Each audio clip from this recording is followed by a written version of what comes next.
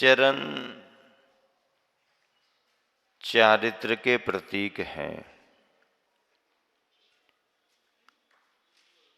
और इन्हीं चरणों के चलने से, कदम कदम आगे बढ़ने से चरण आचरण बन जाता है।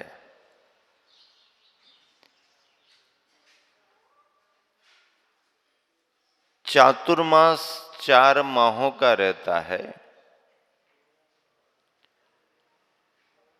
और उन 4 माहों के 4 चरण क्या होना चाहिए?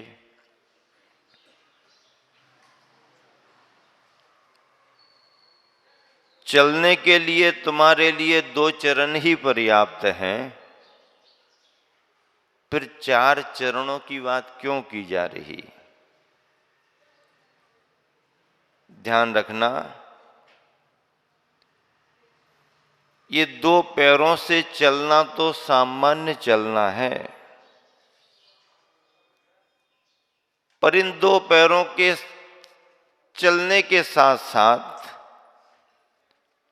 कुछ आचरण नहीं जुड़ेगा तो तुम्हारा चलना, तुम्हारे ये चरण आचरण नहीं बन पाएंगे। फिर 4 चरण क्या हैं?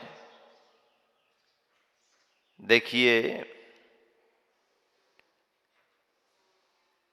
हमारे को मनुष्य पर्याय के रूप में एक जन्म मिला है। पहले भी कई बार मिला होगा, पता नहीं, मिला होगा ये निश्चित है। और जब तक संसार से छुटकारा नहीं मिलेगा तब तक भी जन्म धारण तो होता ही रहेगा। ये मिला हुआ जन्म मनुष्य पर्याय के रूप में एक अवसर है, एक अवसर क्या, दुर्लभ अवसर है।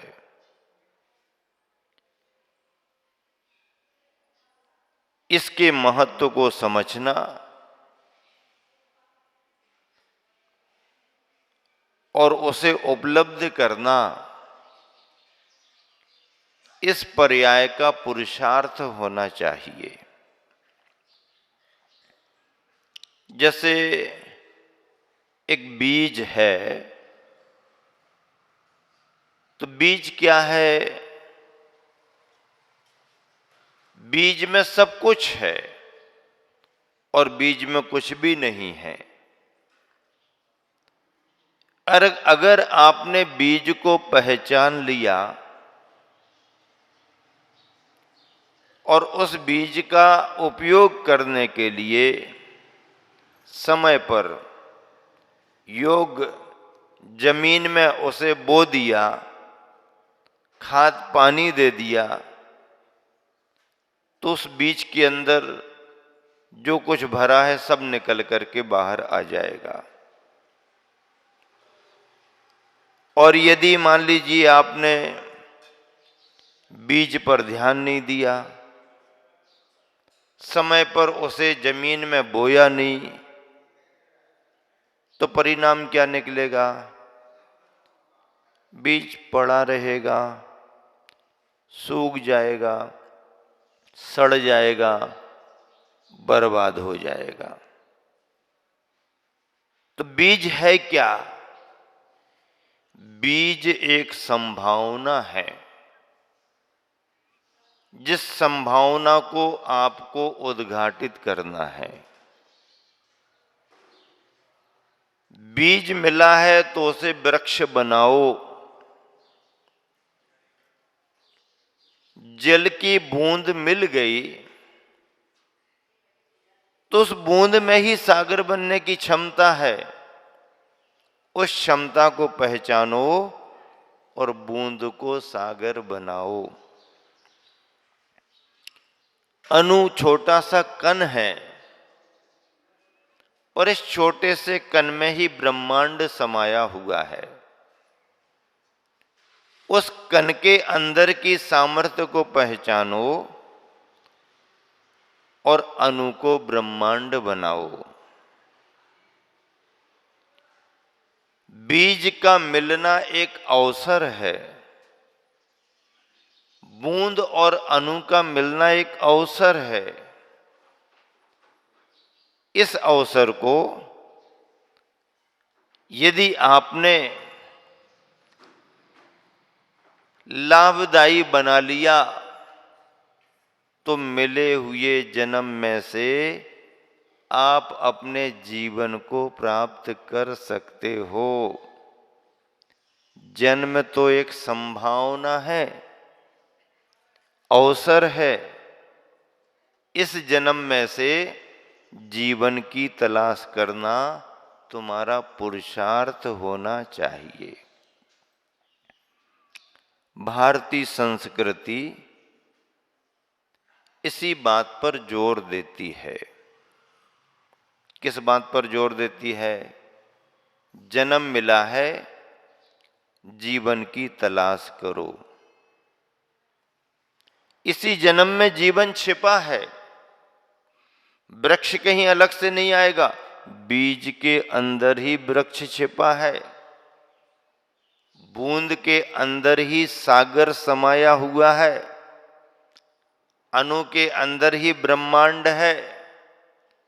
पर उसे परखने की नजर तो होना चाहिए, पारखी आंखें भी तो होना चाहिए, उतना ज्ञान भी तो होना चाहिए। और अगर ये ज्ञान हमारे पास आ गया तो मिले हुए जन्म में से हम जीवन को उपलब्ध कर सकते हैं। यही हमारा पुरुषार्थ है। यही अध्यात्म का संदेश भी माना गया है। 3 शब्द आपके सामने रखते हैं। एक प्रकृति, एक विकृति और एक संस्कृति। कौन से 3 शब्द रखे? एक प्रकृति, एक विकृति और एक संस्कृति। अब संस्कृति क्या है? दूध को जमाओ, बने हुए दही का मंथन करो और उसमें से शुद्ध तत्व नवनीत घृत को निकाल लो। ये हमारी भारतीय संस्कृति है। भारतीय संस्कृति क्या है? भारतीय संस्कृति दूध में से, दही में से घी को निकाल लो, शुद्ध तत्व, प्योर तत्व, ये हमारी भारतीय संस्कृति है। जीवन मिला है। जीवन को जीवन के रूप में समझ लिया, प्रकृति है। और जीवन को जीवन के रूप में नहीं समझ पाए, जीवन व्यर्थ बेकार जा रहा है, तो बेकार है, विकृति है। और इस जन्म में अपने जीवन को समझकर साधना की गहराइयों से, साधना की ऊंचाइयों से अपना अंतर मंथन चिंतन करके और भावों को मथ मथ करके जो शुद्ध तत्व, प्योर तत्व, आत्म तत्व प्राप्त कर लिया, सो भारतीय संस्कृति है। संभलने की बहुत जरूरत है। भटकने के अवसर संसार में बहुत हैं। जरा जरा में फिसलन होती है, जरा जरा में हम भूल कर जाते हैं। कभी उठने बैठने के संदर्भ में भूल करते हैं, कभी आने जाने के संदर्भ में भूल करते हैं, कभी बोलने बताने में भूल करते हैं, कभी खाने खिलाने में भूल करते हैं। और ये भूल हमारे जीवन में फिर सूल, कांटे का काम करती है, कष्टदायक हो जाती है। अज्ञानता के कारण, स्वार्थ के कारण, लापरवाही के कारण इस अज्ञानी प्राणी ने इसी प्रकार की भूलें की हैं, लेकिन जब कभी उसका पुण्य योग आता है, जब कभी उसे संत समागम मिलता है और जब कभी इस समागम का लाभ लेने की उसके अंदर बुद्धि जागृत होती है, तब उसका काम बनता है। काम बनता ही है। बिगड़ गया, बिगड़ जाने दो, चिंता मत करो। हाँ, बिगड़े हुए अतीत को याद कर करके रोने से कुछ भला होने वाला नहीं है। हाँ, चलते चलते गिर गए, घुटने टूट गए, फूट गए, कोई बात नहीं। फिर मन में उत्साह लाओ, ये गिरे थोड़ी, ये तो घोड़ा कूदा है, फिर दौड़ लगाएंगे। एक बार नहीं, बार बार दौड़ लगाएंगे। मन में ऐसा उत्साह रखना। हाँ, पराभव को लेकर के चिंता नहीं करना, भटकन को लेकर के भी ज्यादा घबराने की जरूरत नहीं। जो गया गया, आगे देखो और आगे बढ़ो। जिसने अपने आगे को देखा है, उसका भविष्य उज्जवल हुआ है। अतीत को याद करके उससे शिक्षा लेना, अतीत को याद करके उससे शिक्षा लेना, सावधान होना और भविष्य की कल्पनाएं, सपने संजो करके आगे बढ़ने का उत्साह रखना, यही सफलता का मंत्र है, सफलता का सूत्र है। बंधुओं, चातुर्मास के 4 चरण आपको सुनना है। प्रारंभ से भी आपने सुना है, मध्याह्न बेला में भी सुना है, समापन के रूप में भी सुनना है।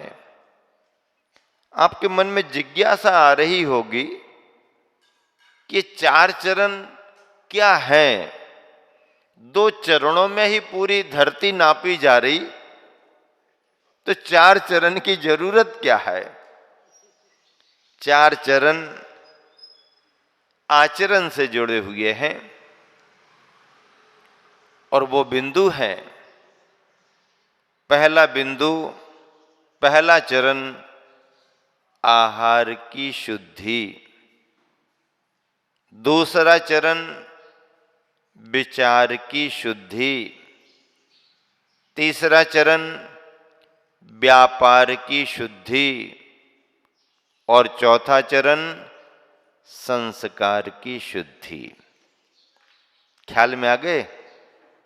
ये 4 चरण चातुर्मास के ही नहीं है, बल्कि गृहस्थ के संपूर्ण जीवन के ये 4 चरण हैं। इन चारों चरणों को आपने संभाल लिया,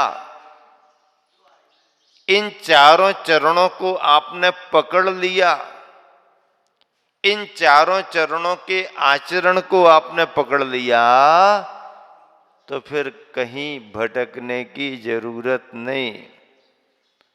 आहार शुद्धि का मतलब क्या है? पहला चरण आहार शुद्धि। आहार कहते किसे हैं? आपका तो परिचय भोजन से है, अथवा और ज्यादा परिचय खाना से है। हाँ, खाना खाना खाना खाना, खाने से आपका परिचय है। खाना और खिलाना, खाने में और भोजन में भी अंतर है। हाँ, खाना शब्द आएगा तो उस खाना शब्द के साथ में उस जैसा वातावरण भी जुड़ेगा, और जहां भोजन शब्द आएगा तो उस भोजन शब्द के साथ उस जैसा कुछ वातावरण भी जुड़ेगा, और जहां आहार शब्द आएगा वहां पर आहार शब्द के साथ कुछ वैसा वातावरण भी जुड़ेगा। क्रिया तीनों में एक ही है, सामग्रियां भी एक सी भी हो सकती हैं, अलग अलग भी हो सकती हैं। क्योंकि भोजन और आहार में कथनचित साम्यता हो सकती है, पर भोजन आहार और खाने में साम्यता नहीं हो सकती। खाना और खाने का पैटर्न, खाने का कल्चर, खाने के हाव भाव, खाने का वातावरण एकदम अलग, भारतीय संस्कृति से कोई मेल जोल नहीं। हाँ, पाश्चात्य कल्चर, और वैसे भी भाषा की दृष्टि से डिक्शनरी उठा के देखो, खाना जो कहा जाता है वो मूल में भारतीय शब्द नहीं है, बाहर से आया हुआ है। खाना और उसके आगे पा और लगा दो तो